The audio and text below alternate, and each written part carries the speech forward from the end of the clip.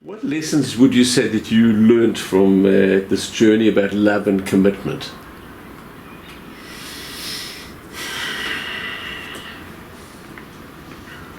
I think that, first of all, I would say real love takes time and it takes depth and it takes hanging in there through the good times and the not good times.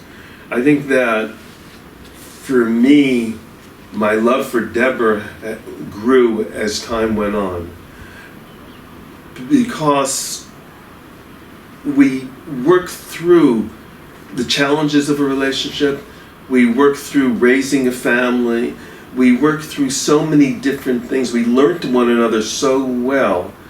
And my respect for her, and I'd like to think her respect for me, grew through all of these various life experiences we had.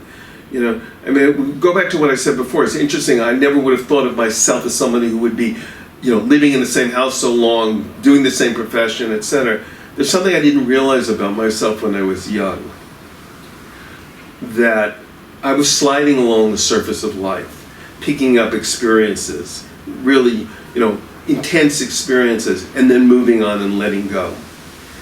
What I didn't realize until later on was that real depth, real authenticity comes from commitment, from hanging in there with people over time, getting to know them, learning to accept the things that you may not particularly love, and learning to create a relationship. Learning to create a relationship takes tremendous skill and tremendous discipline and tremendous willingness to give of yourself. I think, as much as I love our travels in the mountains and those intense relationships, they don't have the demands of a real profound relationship like I have with my wife and with my children and with some of my friends. Can you find that same kinds of inspiration in one's daily life to love more passionately, to take more risks for the truth, and to be generous towards others? Well, first of all, I'm a great follower of Bob Dylan's line, "He who is not busy being born is busy dying." And I think that every moment of our life we get to choose. Feel very strongly about that. Not every single, period of our life are we going to be going on adventurous bicycle journeys, halfway around the world.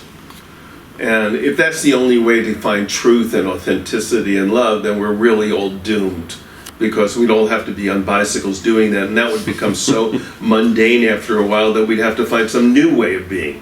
That's not the royal road to finding love and truth.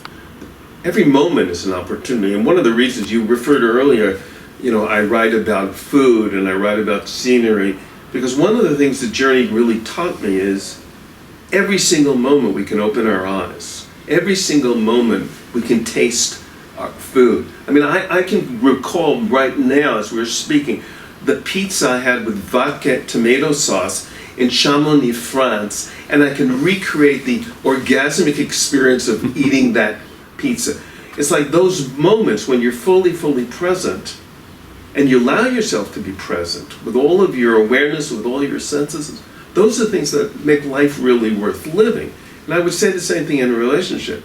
It's like, the wonderful movie Avatar, that the people living in, I guess the place was called Avatar, the living on this planet there, they never say I love you. They say I see you. Mm-hmm. And I think that is, to me, the real definition of love. We can start to see, we can open our eyes, we can see the person we are in relationship with, the people we are in relationships with. And that's how you live life passionately, how you make a commitment to the truth.